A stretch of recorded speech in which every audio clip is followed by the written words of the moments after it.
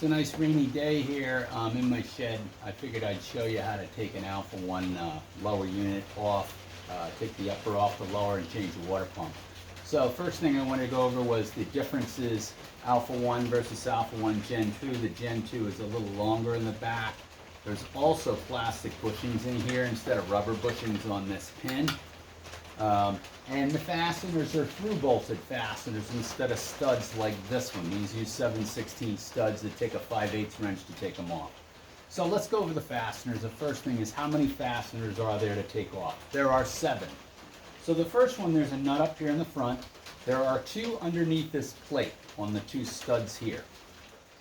So there's also an anode. There might be a plastic plug here. You got to take that out. Take this anode out. Take the bolt out. So the bolt's bolted in between here. So you need a deep 3/8 socket or a extension like I use for an Allen head. There are also 2 more, another fastener that's underneath. So there's one more Allen head bolt that's under that anode, under that zinc, and that one goes up underneath in front of this bolt. So that one's kind of hidden underneath that anode. That one takes a 5/16 Allen wrench or socket. Then there are 2 more studs that come from the upper down, so you have to come up with a 5/8 socket and take the 2 hidden bolts out, or nuts. There's 2 of those that are hidden underneath here, so make sure you don't forget those 2. So just to go over that again, there's 1 in the front, 2 on the side, so that's 3.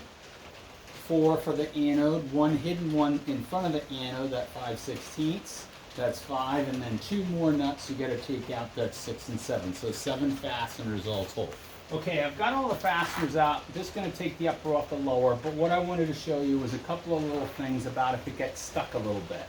So the first thing is, when you loosen the nuts under here with a 5/8 wrench, make sure all the other fasteners out, loosen these up, and then you can loosen them up until they hit the upper gear case. And then as you unthread them, it will press the upper gear case off the lower. There are dowel pins, 1 in the front and 1 in the back of the drive that are alignment dowel pins. And those get stuck. So that's why using these nuts even on both sides to loosen them up, to pop that loose.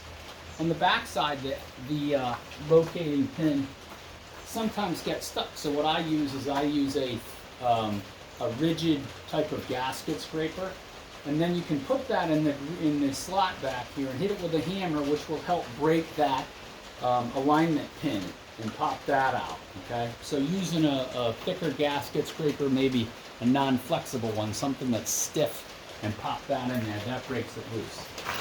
So once you've got those fasteners out and you loosen these up, you get it up high enough, don't get the idea to take a screwdriver and start monkeying around under here to try and pop it loose. There's an oil passage between the upper and the lower.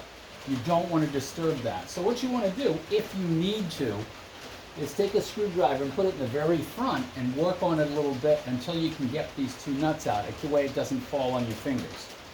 Take the screwdriver out and you're ready to take the upper off the lower. Once it's loose, it'll come right off.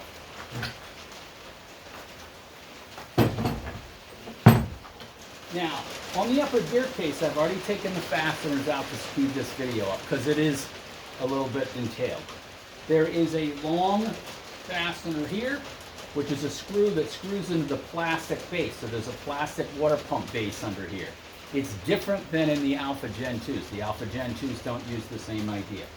But you need to take that fastener out. There's 2 1/4-inch studs, a 1/2-inch stud, so you need a 7/16 socket for these. Don't lose the washers, and a 1/2-inch socket for here. So you need a 5/16 socket, a 7/16 socket, and a 1/2-inch socket. Once you take them off, then you can just take a screwdriver again, and if it's stuck a little bit, you can pry on a little bit and get that to move, and then you can take the water pump off. Now the water pump most of the time is stuck inside the housing. If there are any impeller parts missing, then you really need to go and look at the water tubes and make sure they're not stuck up in there. So old impeller, as you can see, okay, and I need to turn it around because you want to turn it clockwise when you install it. So when you put it on the engine and you're going to install the water pump, you're going to turn the drive shaft, which is going to rotate this clockwise, versus a new one. The new one I'm going to put in there. So the old one's set, it's probably a couple of years old. It probably would have made it through the season.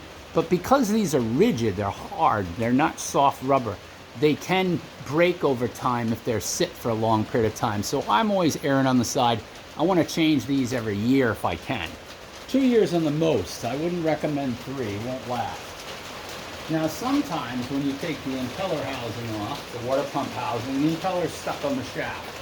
Again, taking 2 screwdrivers, and be careful, because on the other side is where that oil gallery is. All right? So you can take a screwdriver and try and put it under here and get it working.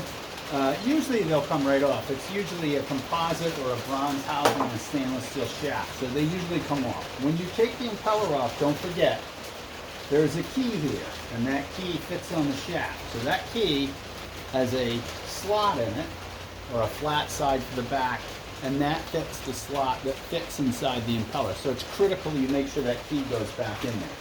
What I always do is put some grease on when I'm done putting the key back together. So we're going to put the impeller parts back together. I'm going to show you that next. Okay, the key components to the water pump. And I wanted to go over this a little bit because it's important that you see this.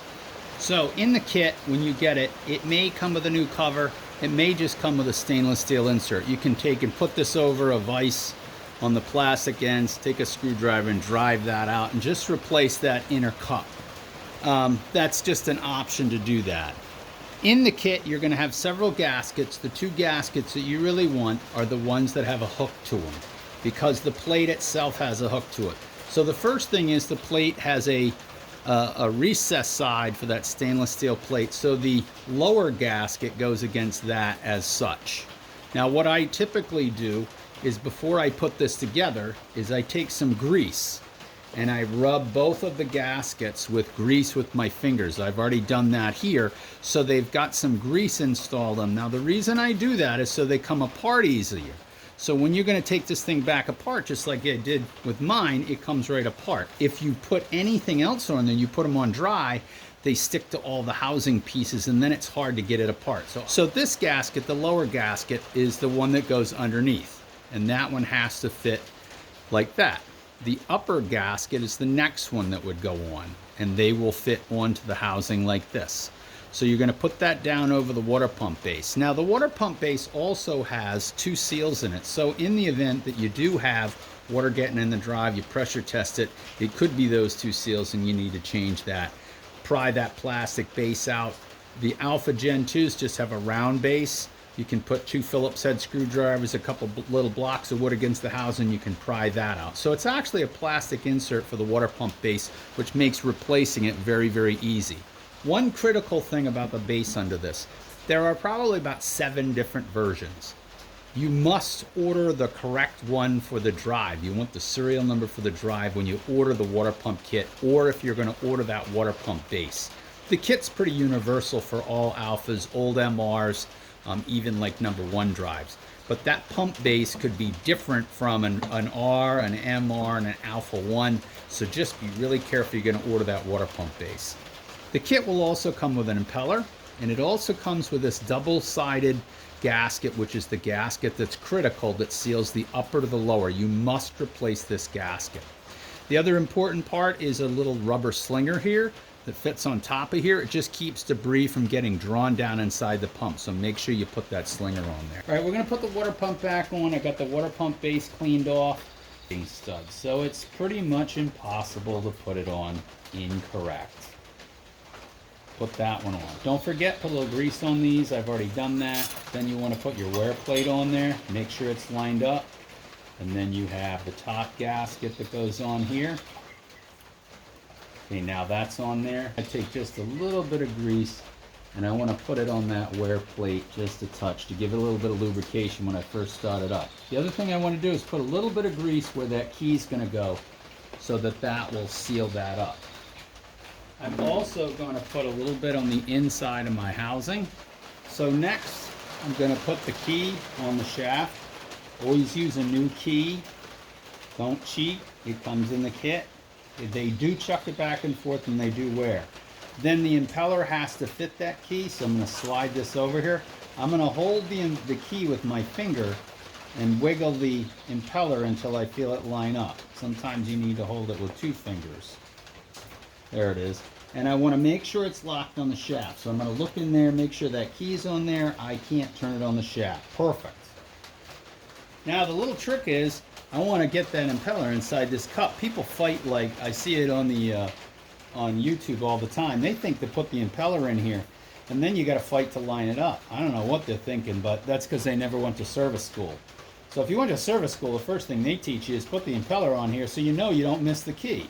Slide this over here like this, line it up on the studs, push down with it, and turn it clockwise. And the impeller fits right on there. Nice, nice, just like that. And that's it, folks. That's on there. So the washers go on. The 5/16 screw goes in. And you can strip that out in the plastic housing on the bottom again.